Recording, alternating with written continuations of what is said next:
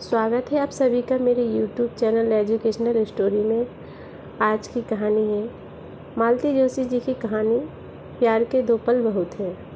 अगर आपको हमारी कहानी पसंद आए तो कृपया वीडियो को लाइक एंड सब्सक्राइब ज़रूर करिएगा और इसी तरह नई नई कहानियाँ सुनते रहिएगा। चलिए तो कहानी को शुरू करते हैं। स्वेटर हाथ में थामे हुए मैं कोई 10 मिनट से काउंटर पर खड़ी थी। लाल रंग की ज़मीन पर दौड़ते हुए सफ़ेद खरगोश की एक एक भंगिमा मुझे याद हो गई थी। उस डिज़ाइन का एक एक फंदा मेरे जहन में उतर गया था, परंतु सेल्समैन को मेरी ओर देखने की फुर्सत नहीं थी। दुकान के सारे अमले का ध्यान दुकान के मुख्य द्वार की ओर सिमट गया था। शायद किसी वीआईपी कस्टमर की आमद थी। लोग वहाँ पीछे जा रहे थे और मैं तथा मुझ जैसे सामान्य ग्राहक असहाय भाव से अपनी बारी की प्रतीक्षा कर रहे थे। धीरे धीरे मेरी असहायता खींच में बदल गई और मैंने तल्खी से कहा, भाई साहब, क्या 1 मिनट इधर देखेंगे? मेरी आवाज़ शायद ज़्यादा ही ऊंची हो गई थी। वह एकदम सचेत हुआ और मुझसे मुखातिब होकर बोला, हाँ बोलिए मैडम। बोलना क्या है? घंटे भर से स्वेटर के दाम पूछ रही हूँ, आपको फुर्सत ही नहीं है। उस पर प्राइस टैग लगा हुआ है मैडम। आप चाहती तो इतनी देर में पढ़ सकती थी। मुझे अपनी भूल का एहसास हुआ। फिर भी अपनी झेप मिटाते हुए मैंने कहा, वह तो बताने वाली प्राइस है, देने वाली कीमत बोलिए मैडम। यह स्टोर है, घुमटी नहीं है। यहाँ मोल भाव नहीं होता। उसने जैसे मुझे मेरी औकात बता दी थी। एक तीखा सा उत्तर मेरी ज़बान पर आ गया था, पर उसे सुनने की फुर्सत नहीं थी। उसे किसी ने आवाज़ दी थी और फ्लोवर्स का एक बंडल लेकर वह बीच वाले काउंटर पर चला गया था। मैं निरूपा भाव से उसे देखती रह गई। बहन जी, मेरे बंगले में खड़े सज्जन ने कहा, आप बेकार हलकान हो रही हैं। इस समय कोई आपकी ओर ध्यान नहीं देगा। दुकान में कलेक्टर की मिसेज आई हुई है। इस समय और किसी की पूछ परख नहीं होगी। क्या मतलब? क्या कलेक्टर ही मिसेज ही पैसे देते हैं? हम लोग क्या सैतमैत में खरीदते हैं? आप उल्टा बोल रही हैं। सैतमैत में तो ये बड़े लोग ही खरीदते हैं। ऊपर से रौब भी झाड़ते हैं। भाड़ में जाए ऐसा रौब, मैंने कहा और पैर पटकते हुए बाहर चली आई। करीब दर्जन भर आँखें मेरी ओर घूम गई थीं। शायद उनमें मिसेज कलेक्टर की भी आँखें हों, पर मुझे परवाह नहीं थी। मैं तो इतना ताव में थी कि अपने बच्चे को भी भूल गई थी। बेचारा बबलू घिसटता हुआ मेरे पीछे पीछे चला आया था और मैं उसी तहस में सीढ़ियाँ उतर रही थी कि किसी ने पुकारा, आंसू। अजवानी चौंक कर देखा। दुकान के लाउंज में सिगरेट के कस लेता हुआ एक सुदर्शन व्यक्ति खड़ा है। लोग हाथ बांधे उसके आसपास खड़े हैं। आंसू, मुझे पहचाना नहीं? मैं रवि, मतलब रविशंकर माथुर, हमारे नए कलेक्टर। पेपर में पढ़ा तो था, पर पता नहीं था कि आप ही होंगे। मैंने मरियल सी आवाज़ में कहा, अच्छा, ये मैं आप कब से हो गया? और सुनाओ, यही हूँ आजकल। और यह आपके शहबाजादे हैं, द ओनली चाइल्ड। बरखुरदार, अपना नाम बताइए और इनके पापा कहाँ हैं, क्या करते हैं? मुझे याद नहीं कि उसने और क्या क्या पूछा। मैंने कितने प्रश्नों के उत्तर दिए, कैसे दिए। बाद में लगा कि अच्छा होता कि उसकी किसी भी बात का जवाब न देती, सीधे पीठ फेर कर चली आती। उसके प्रजाजनों के सामने उसकी अच्छी किरकिरी होती, पर वह मुलाकात इतनी अप्रत्याशित थी कि उस समय तो मैं बौखला ही गई थी। वह तो मुझे अपनी पत्नी से भी मिलवाना चाह रहा था, पर मेरी जरा भी इच्छा नहीं थी। मिसेज कलेक्टर के सम्मान में अभी भीतर जो नाटक हो गया था, उसकी उससे जानकारी नहीं थी, पर उस औरत से सामना करने का मुझ में न हौसला था न शौक ही था। कितनी हसरत से, कितनी हिम्मत जुटाकर शहर की उस सबसे महंगी दुकान में पाँव दिया था। इस बार तय कर लिया था कि अपने लाडले की 5वीं वर्षगांठ पर इसी दुकान से ड्रेस खरीदूंगी, पर सारा मूड हवा हो गया। मन तो हुआ था सीधे घर लौट जाऊं, पर बबलू जो साथ में था, उसे निराश करने की तो मैं कल्पना भी नहीं कर सकती थी। और उसे तो सिर्फ कपड़ों से मतलब था, खिलौने से मतलब था। सस्ती महंगी दुकान से उसे कोई फर्क नहीं पड़ता था। लिहाजा अपने खेलकर मैं दुकान में जाती रही। केक का ऑर्डर दिया, रिटर्न गिफ्ट के लिए चीज़ें खरीदी, नाश्ते का सूखा सामान लिया। फिर उसकी मनपसंद ड्रेस लेकर हम घर लौट आए। चलते चलते उसने एक गन की भी फरमाइश कर दी थी, सो वह भी पूरी करनी पड़ी। लौटकर खाना बनाने की ताकत नहीं थी, सो मैं पाव भाजी लेती आई थी। खाकर मैं तो निढाल होकर बिस्तर पर लेट गई। बबलू अपनी गन से कारगिल खेलता रहा। मैं मुग्ध भाव से उसका एकल अभिनय देखते हुए दुकान का अप्रिय प्रसंग भूलने की चेष्टा करती रही। बिस्तर पर लेटे लेटे जब मैंने अपने मन को ईमानदारी से टटोला तो पता चला दुकान में जो घटा वह अप्रिय तो था, पर अप्रत्याशित नहीं था। हम मध्यम वर्गीय खरीदारों को तो दुकानदारों के ऐसे तेवर झेलने की आदत होती है। मन में जो कसक रहा था वह कुछ और ही था। उसका सीधा संबंध रवि से था। आदरणीय रविशंकर माथुर, जिलाधीश जी, जीवन के इस मोड़ पर टकराने की क्या ज़रूरत थी? एक वक्त था जब मैंने आपका साथ चाहा था, पर उस समय तो आप मुड़ गए थे। मैंने महाप्रत्याश से उस अध्याय को जिंदगी की किताब में फाड़ फेंका था। मन को एकदम कोरा बनाकर उस पर एक नई इबारत लिखनी शुरू की थी। मेरे इस सायास आयोजन में आपकी दखलंदाजी क्यों? अनचाहे मन अतीत की ओर लौट गया। कितनी पुरानी बात थी, 20-22 साल तो हो ही गए होंगे, पर वह 10 अब घाव जैसे आज भी उतना ही ताज़ा है। MA प्रीवियस में पढ़ रही थी मैं। उस दिन फाइनल वालों का फेयरवेल डिनर था। बन सवरकर में ठीक 7 बजे हॉल पर पहुंच गई थी। कार्यक्रम की कंपेयरिंग मुझे ही करनी थी, मुझे और रवि को। हम दोनों ने जैसे कॉलेज के हर फंक्शन का ठेका ले रखा था। फिर ये तो हमारा अपना कार्यक्रम था। रवि, आ जाओ, थोड़ी स्क्रिप्ट की आउटलाइन बना लेते हैं। मेरे इस बात का जवाब दिया नरेंद्र ने। बोला, उससे क्या फेयरवेल स्पीच करवाते हो, बल्कि तुम्हें तो उसके लिए भी एक फेयरवेल नोट बनाना चाहिए। एक बुका उसके लिए भी मंगवाओ। मतलब मेरा यार दिल्ली जा रहा है। मैंने प्रश्नार्थक दृष्टि से रवि की ओर देखा। बड़े बेलौस अंदाज में बोला, हाँ आंसू, नरेंद्र ठीक कह रहा है। मैं दिल्ली जा रहा हूँ। लेकिन क्यों? IAS की कोचिंग के लिए। छोटे चाचा आजकल वहीं हैं। उन्होंने कहा है कि IAS अगर करनी है तो यहाँ आकर कोचिंग लो। तो क्या परीक्षा नहीं दोगे? फाइनल होता तो शायद दे भी देता, पर अब 1.5 साल बर्बाद करने में कोई तुक नहीं है। ये 2 साल वहाँ लगा दूंगा तो ज़िंदगी बन जाएगी। मुझे और भी बहुत कुछ पूछना था, पर तभी छात्रों का एक हुजूम से भीतर दाखिल हुआ और बात वहीं ख़त्म हो गई। बात क्या, मेरा तो पूरा मूड ही ख़त्म हो गया। उस दिन का सारा कार्यक्रम मैंने बड़े बेमन से निपटाया।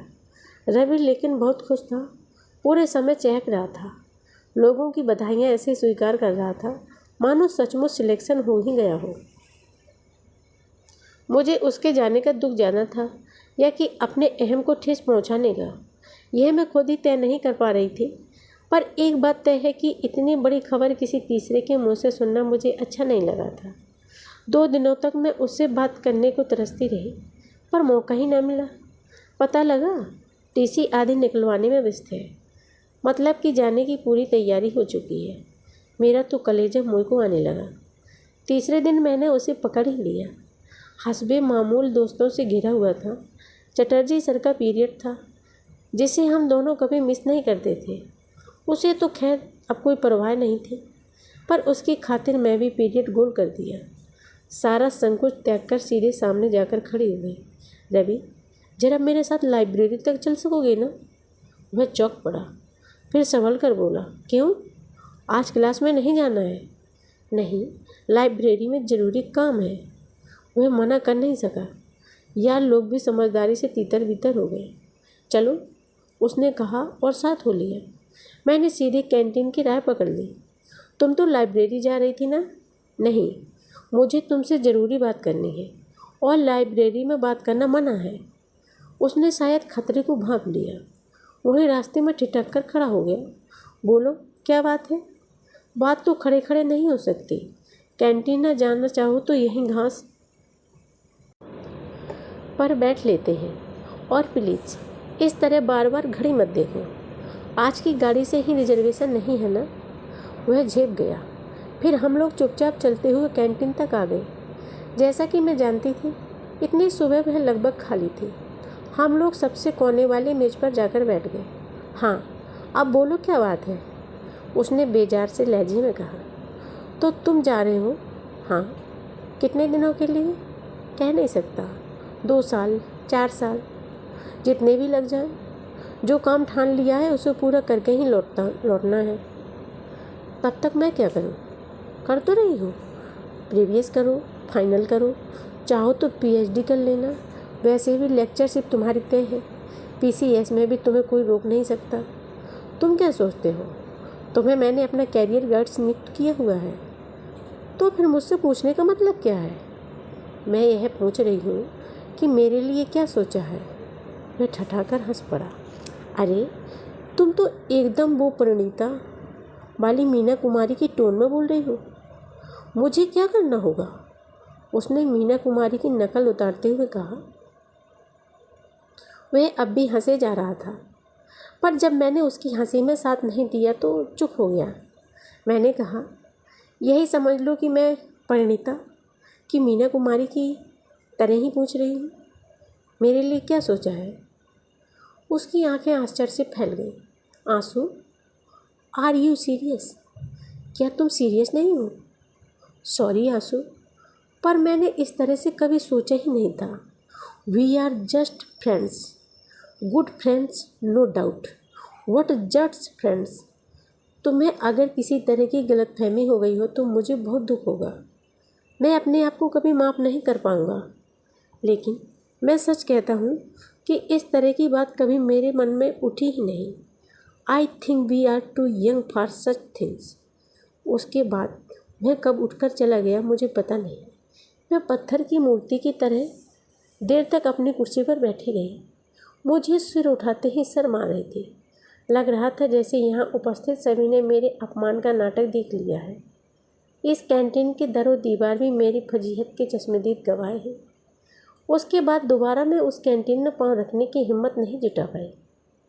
उसके बाद मुझ में कॉलेज जाने का भी हौसला बाकी न था, पर प्रिपरेशन लीव ने मुझे उबाल लिया। हफ्ता भर में बिस्तर में ही पड़ी रही। संगी साथी हालचाल पूछने भी आए तो किसी को भी मेरे झूठ पर शक न होगा। मेरी शक्ल सचमुच 6 महीने की बीमार कैसी निकल आई थी। चेहरे की सारी रौनक हवा हो गई थी। इसी दौरान हमारे ग्रुप ने रवि को एक फेयरवेल भी दे डाला। मेरे जाने का सवाल ही न था। किसी ने इसरार भी नहीं किया, बस अफसोस भर जताया। मेरी सहेलियाँ मेरे व्यक्तित्व से प्रभावित भी थी और आतंकित भी। उन्हें तो मेरे न आने में खुशी ही हुई होगी। फिर एक दिन कुलदीप मेरे घर आया। कुलदीप मेरा बैडमिंटन में पार्टनर था। हम दोनों कॉलेज के लिए कई बार शील्ड लेकर आए थे। वह बड़ा ही दिलदाड़ा शरीर और हंसमुख इंसान था, पर उस दिन आया तो बड़ी संजीदा सी सूरत बनाकर सामने बैठा रहा। बड़ी मरियल सी आवाज़ में पूछा, कैसी हो? बस जिंदा हूँ। उसका चेहरा और लटक गया। वह बड़ी गंभीरता से मेरे इलाज के बारे में पूछता रहा। उसने तो एक स्पेशलिस्टों के नाम भी सुझाए। उनके पास खुद ले चलने की पेशकश भी की। उसकी इस संजीदगी पर मुझे बेसख्ता हंसी छूट गई। मैंने कहा, कुलदीप प्लीज़ भगवान के लिए मातम बंद करो। मुझे सिर्फ फ्लू हुआ है और तुम ऐसे बिहेव कर रहे हो जैसे मेरी कैंसर की आखिरी स्टेज चल रही है। वह फिर भी गंभीर बना रहा। बड़ी देर बाद डूबती सी आवाज़ में बोला, अगर कैंसर की आखिरी स्टेज होती तो भी मुझे परवाह नहीं थी। मैं घर परिवार से लड़ जाता और तुम्हें डोली में बिठाकर ले जाता। अगर कल को तुम्हें कुछ भी हो जाता तो अपनी हैसियत के मुताबिक एक छोटा मोटा ताजमहल बनवा देता, पर तुमने मौका ही नहीं दिया। कुलदीप, मेरी आंखें आश्चर्य से फैल गई थी। कुलदीप, ये तुम क्या कह रहे हो? इतना चीखने की ज़रूरत नहीं है आंसू। मैं बिल्कुल अपने होशो हवास में हूँ, लेकिन मैं शायद तुम्हें कभी समझा ना सकूँगा कि मैंने इतनी शिद्दत से तुम्हें चाहा है। मेरी ज़बान पर तो ऐसा जैसे ताला लग गया था। तुमने मेरे सपनों पर पानी फेर दिया, और यह भी उस नालायक रवि के लिए। पता है उस दिन पार्टी में वह तुम्हारी कैसी मजाक बना रहा था। बोला, अपने ऊपर मरने वाली हर लड़की से अगर मैं शादी करने लगूं तो मुझे तो नवाबों की तरह एक हरम पालना पड़ेगा। शर्म के मारे मैं कुलदीप से आंख नहीं मिला पाई। रवि पर तो इतना गुस्सा आ रहा था कि सामने होता तो मैं उसका मुंह नोच लेती। कुलदीप मेरा इतना अच्छा दोस्त था, पर मैं कभी उसके मन की थाह नहीं ले पाई थी। शायद इसी तरह रवि भी मेरे मन की बात नहीं जान पाया होगा, लेकिन इसका मतलब यह तो नहीं वह मेरी भावनाओं का इस तरह मखौल उड़ाता। मैंने एक साथ 2 दोस्त खो दिए थे। जिंदगी एकदम वीरान हो गई थी। पढ़ाई से जी उचट गया था। कोई मुनासिब सा बहाना मिलता तो मैं परीक्षा भी नहीं देती, पर मजबूरी थी।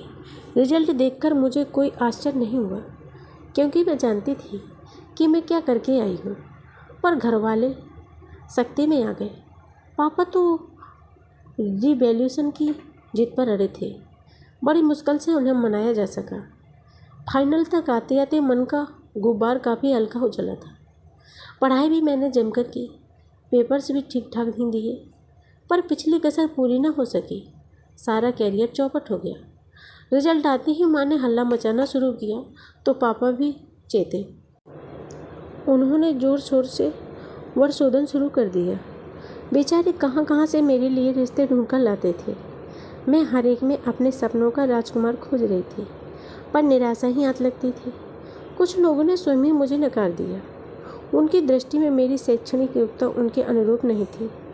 एक जगह लगा कि बात लगभग तैसी है। व्यक्ति सुदर्शन था, नौकरी भी अच्छी खासी थी। भाभी ने जरा डांटकर ही ताकीद कर दी थी कि नखरे मत करना, ऐसे लड़के रोज़ रोज़ हाथ नहीं आते। चाय के दौरान उस सज्जन ने पूछा, आप नाटकों में काम करती थी? हाँ, कॉलेज में अक्सर किया है। अभिजीत को जानती है? हाँ, हम दोनों ने 1-2 प्ले साथ में किए हैं। फिर तो वह आदमी ऐसे चुप हो गया जैसे मुँह में जबान ही न हो। जाते जाते भैया से कह गया कि हमारे भरोसे न रहे। बाद में पता चला कि यहाँ आने से पहले अभिजीत वर्मा ने उसे मेरे बारे में काफ़ी कुछ बताया था। वह काफ़ी कुछ क्या था पता नहीं, पर वह मनगढ़ंत तो था ही। बाद में पता चला कि मैं एक मेधावी छात्रा थी, अच्छी वक्ता थी, उत्तम खिलाड़ी थी। वे फाइनल में मैंने सर्वोत्तम छात्रा का खिताब भी जीता था। मेरी लोकप्रियता पर मुझे और परिवार वालों को नाज था, पर अब उसी का नकारात्मक पहलू सामने आ रहा था। हमारा समाज इतना खुलापन, इतनी लोक मान्यता बर्दाश्त नहीं करता। शादी के मामले में तो बिल्कुल ही नहीं। मुझे एकाएक उन आयोजनों से, उस चर्चा से वितृष्णा हो गई। मैंने बीएड करने की ठान ली। उन दिनों प्रवेश परीक्षा का चक्कर नहीं था। मुझे आसानी से प्रवेश मिल गया। बीएड के बाद सरकारी नौकरी मिलने में कोई दिक्कत नहीं हुई। पहली पोस्टिंग इसी सुदूर कस्बे में हुई थी। माँ की इच्छा थी कि मैं किसी स्थानीय स्कूल में नौकर कर लूँ। पैसा कम मिलेगा तो क्या, अलग गृहस्थी का खर्च भी तो बचेगा। शादी के लिए दौड़ धूप करने में भी आसानी होगी। इसी दौड़ धूप से तो मैं बचना चाहती थी। मैंने सरकारी नौकरी की जिद नहीं छोड़ी। पापा थे तब तक मेरे स्थानांतरण के लिए हाथ पैर मारते रहे। 2 साल बाद उनकी भी मृत्यु हो गई। माँ मेरे पास आ गई। शादी का प्रसंग टलता चला गया। मम्मा, पापा कब आएंगे? बबलू मेरे गले में अपनी दोनों बाहें डालकर पूछ रहा था। मैं एकदम चौंक कर उठ बैठी। मेरी शादी का प्रसंग टला कहाँ? उसका उपसंहार तो यहाँ सामने बैठा हुआ है। बताओ ना मम्मा, पापा कब आएंगे? मैंने घड़ी की ओर देखा। बाप रे, सब 11 हो रहे थे। 11 बज रहे हैं बेटा, तुम अभी सोए नहीं? मैं पापा के पास सोऊंगा। पापा तो सुबह आएंगे बेटे, अभी तो वो बस बैठे होंगे। तुम सुबह उठोगे ना, उससे पहले वे पहुंच आएंगे। प्रॉमिस? नींद से बोझिल पलकों को झपकाते हुए उसने पूछा। प्रॉमिस, मैंने कहा। मेरी ओर से आश्वस्ति पाते ही उसने पलकें मूंद ली। थोड़ी ही देर में उसकी नाक बजने लगी। मैंने बड़े विश्वास के साथ पापा की ओर से प्रॉमिस कर दिया था, क्योंकि जानती थी कि वे अपने बेटे के जन्मदिन पर ज़रूर आएंगे, भले ही उन्हें बॉस से लड़ जाना पड़े। घर परिवार को समर्पित औरतें तो बहुत मिल जाती हैं, पर पुरुष बिल्ले ही नज़र आते हैं। खासकर उनका बच्चे के प्रति ममत्व तो अगाध है। उसकी तुलना में 19 ही बैठती हैं। उनका अपना परिवार बहुत जल्दी बिखर गया था, इसीलिए इतने भावुक हैं। 10 वर्ष की उम्र में माँ को और 14 वर्ष की आयु में पिता को खोकर इन्हें बहन की शरण में जाना पड़ा। बहन तो अपनी थी, स्नेहमयी थी, पर उस परिवार में कभी सहज न हो सकी। उनके जीजा जी ने उन्हें कभी यह भूलने नहीं दिया कि वे दूसरों की रोटियों पर पल रहे हैं। जीजा जी हमेशा अपने स्वर्गीय सास ससुर को कोसते ही रहते कि इतनी बड़ी जिम्मेदारी तो सौंप गए, पर खर्चने के लिए एक फूटी कौड़ी भी नहीं छोड़ी। इन्होंने किसी तरह ग्रेजुएशन तक सब्र किया, फिर जो पहली नौकरी हाथ लगी पकड़ ली और घर छोड़ दिया, पर जहाँ भी रहे आधा वेतन बहन को बराबर भेजते रहे। 10 साल बाद जीजा जी न रहे, तब बहन ने इसरार किया कि अब यह दान खाता बंद करो, मेरे बेटे कमाऊ हो गए हैं, अब तुम अपनी ज़िंदगी संवारो। बहन ने ही आगे बढ़कर शादी के लिए पहल की। उन दिनों मेरी शादी की चर्चा भी फिर से प्रासंगिक हो चली थी। माँ बीमार चल रही थी, मरने से पहले मेरे हाथ पीले कर देना चाहती थी। घर परिवार का बेटे बहू का सुख भोगना चाहती थी। मुझे भी लगा कि माँ के बाद तो मैं यहाँ एकदम अकेली पड़ जाऊँगी, सो मैंने हामी भर ली। भाभी भुनभुनाई भी, कितने अच्छे अच्छे रिश्ते आए थे, तब नखरे करती रही। भाग्य में बाबू ही लिखा था तो कोई क्या करे। मुझे लेकिन कोई मलाल नहीं था। अफसर हो या बाबू, मेरी मांग में सिंदूर देने वाला कोई मिल गया था, यही बहुत था। उस सिंदूर की छाया में अपनी निरापद में अपना अकेलापन काट सकूंगी। सालों से कस्बे के उस स्कूल में पढ़ रही थी, बुढ़ा रही थी।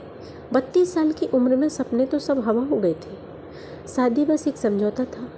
परिस्थितियों से मैंने इस शादी से कोई उम्मीद नहीं बांधी थी, पर मेरे नए नवेले पति ने मुझे एक बार फिर सपनों की दुनिया में पहुंचा दिया।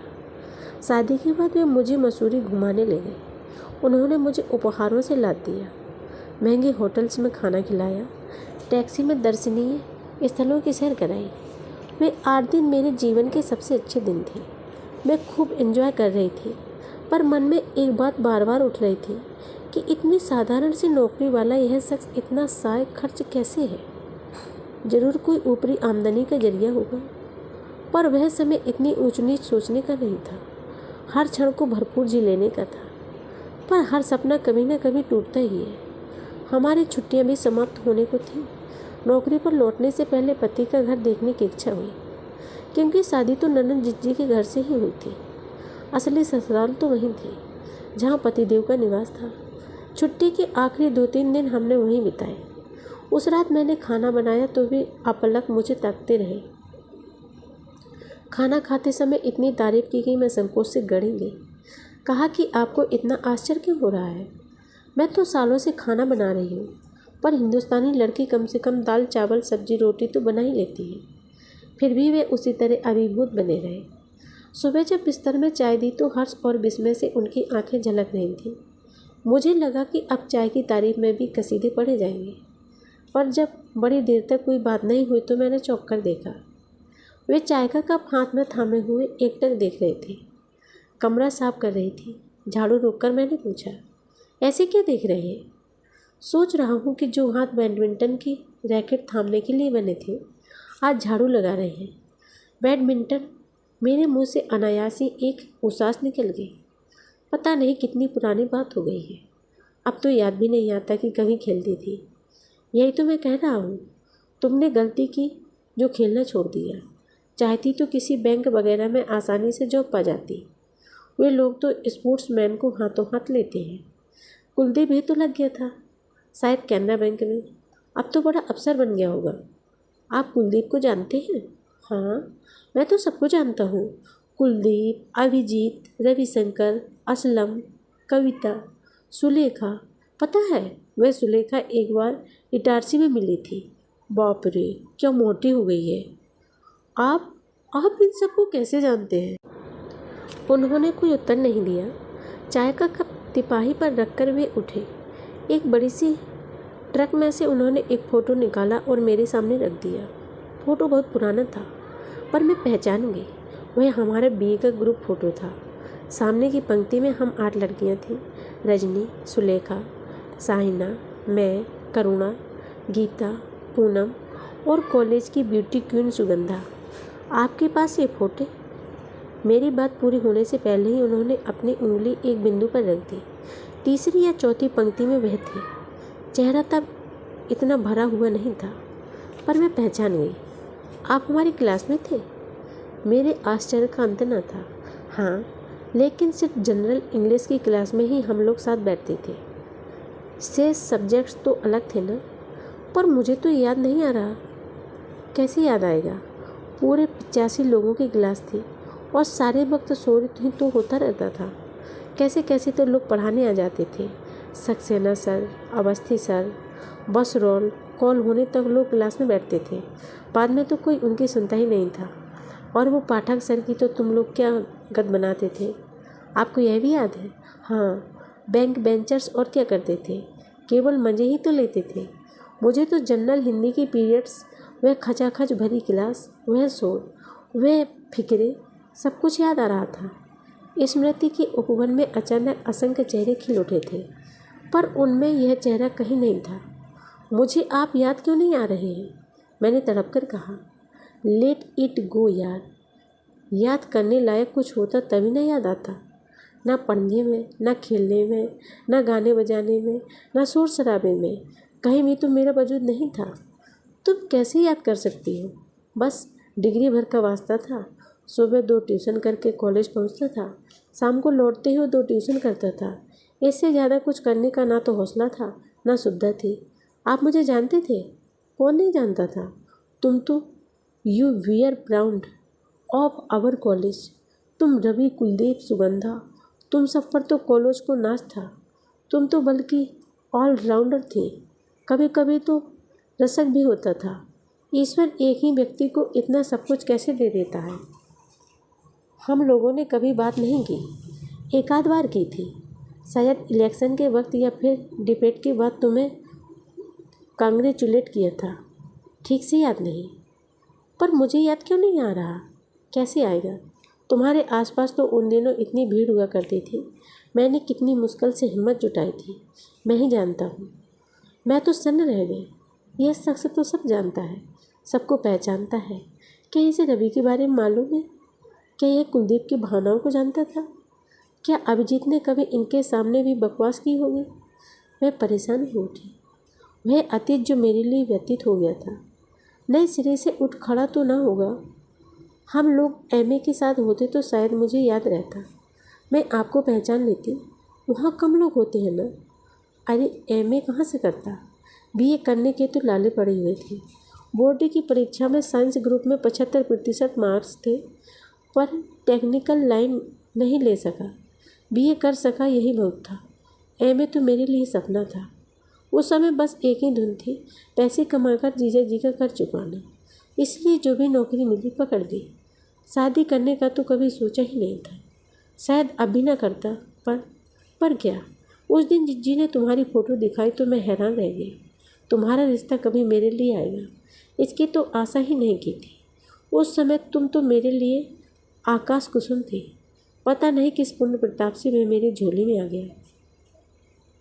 बस भी कीजिए, कुछ भी बोले चले जा रहे हैं। सच कह रहा हूँ अश्वनी, तुम मुझ जैसी मामूली आदमी के लिए नहीं बनी थी।